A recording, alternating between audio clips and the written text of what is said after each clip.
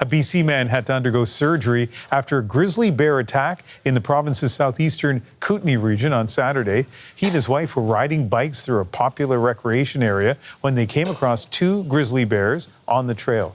Sarah is back with us, and she has more on the story. First of all, take us through what happened. Yeah, and so as you say, this was Saturday. It was late in the afternoon, 4:30 in the afternoon, in a part of the province that we call the Kootenays, sort of, near to the Alberta border. And it's an area, if you know it, that's heavily forested. There's lots of mountains, and there's these small communities. And that's where we find Creston and the Creston Valley Wildlife Management Area. That's where we had a local couple, a husband and wife, who were out on their e-bikes. They were traveling along or riding along some of the many flat trails in the area along the Kootenay River. And suddenly the wife hears her husband screaming. She turns and realizes that there's a grizzly bear chasing her. So she has bear spray with her. She takes it out. She's able to use that bear spray on the one grizzly, only to realize there's a second grizzly bear that is attacking her husband. Uses the bear spray on that bear. Both of the bears did take off. They left the area, but her husband had been significantly injured, had to be airlifted to hospital. What we've heard from local officials is that, in fact, he's undergone surgery and is likely now in a recovery stage. And this, of course, could have turned out so differently. After an attack like this, the conservation officers closed off trails. They set traps, trying to contain or trap these bears to determine exactly what had happened, whether they needed to be euthanized or whether they needed to just be relocated. We have, in the last just couple of hours, got some news on this from the Conservation Service here. They say that they have determined that this attack was defensive in nature, and that for that reason, the end of the statement reads this, that due to the defensive nature of the attack, there are no efforts being taken to capture or dispatch the bears at this time. So that's where things stand right now. So how often does this kind of attack happen? Yeah, so this is a violent attack, so it's pretty rare. And for that reason, here we are standing talking about it on the news. But I think it surprised you just to see how often there are grizzly bear conflicts. So they're not necessarily an attack, but a conflict with humans in the province of British Columbia. The province has put out the number 772 on average since the year 2019. Now, this does, sort of coincide with efforts to restore the grizzly bear population. And in this part of the province, in the Kootenays, the area of Creston, officials know that there are certainly grizzly bears who are living in the area, partly as the result of the restoration of the population efforts, but also there's been improved agriculture in the area, which is providing a food source for these bears. So partly for that reason, what we're hearing from officials and conservation officers is praise for this couple, for the fact that they were armed with bear spray. They knew how to use it. They did. And, the consequence here was certainly there was an attack, but possibly it's going to be a positive outcome in terms of survival here. And Ian, in light of what has happened here, they are praising their efforts. They're calling them well prepared, and they are also urging anyone else who out on their e-bikes on these trails to have bear spray as well. All right, Sarah, thank you very much. All right, to that end, let's get some more from Creston, British Columbia. And we're joined by the mayor of the town, Arnold DeBoon, who's also a retired conservation officer and a former president of the Society of BC Conservation Officers. And so he joins us from his town of Creston. Mayor, how concerned are you by this attack?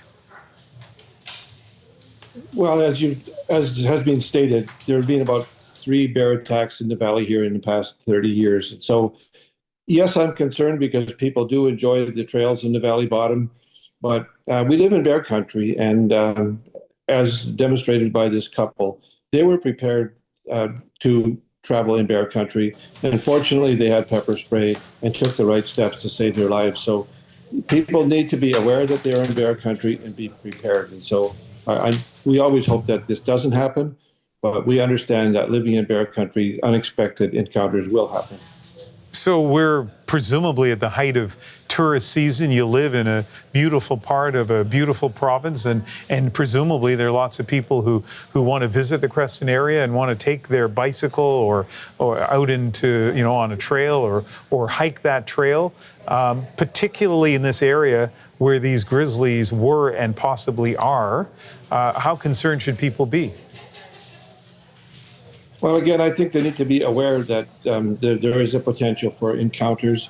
And, I have an e-bike myself, and I think what happens with an e-bike, you turn on the battery, and suddenly you're going faster than you would just on a pedal bike. And that puts you in a quicker situation of danger.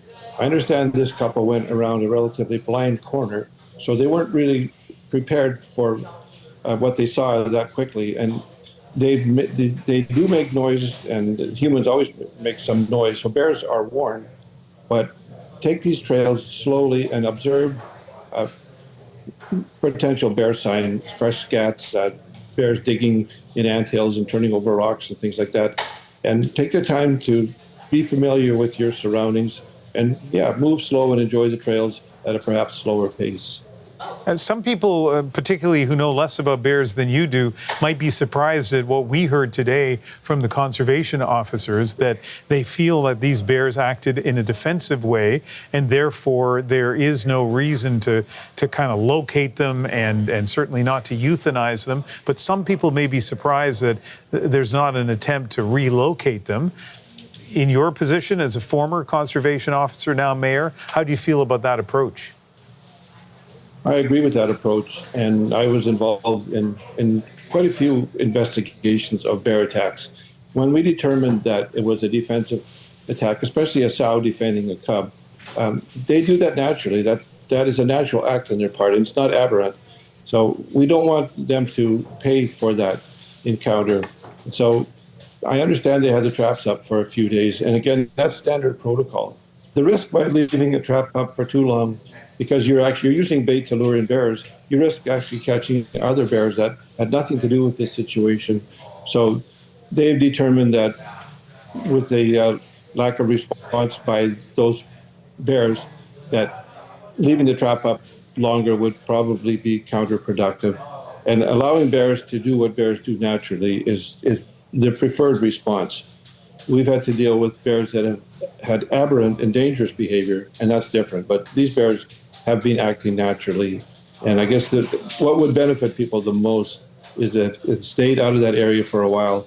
And if there is anybody able to monitor where those bears are by sightings from a distance, it would be also helpful if they would report those sightings.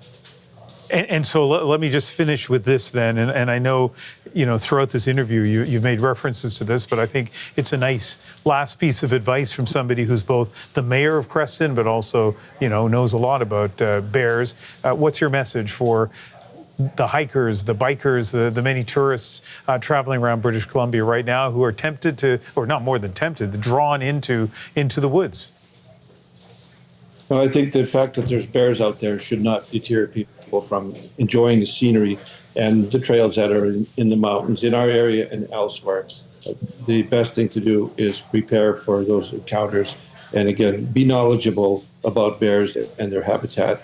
And also for the people that administer these trails and the people that distribute information to tourists, let people know that they are in bear country and continue that message, because if nothing has happened for several years, I think we tend to get complacent. And so we need to just continue with that message so people are aware.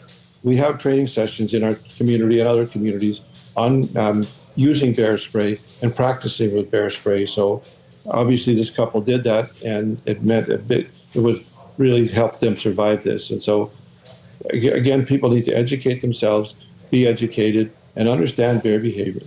Yeah, it's an interesting message, Mayor, that don't be unduly alarmed, but at the same time, don't be complacent. And you're just the right person to deliver that message. Thank you very much.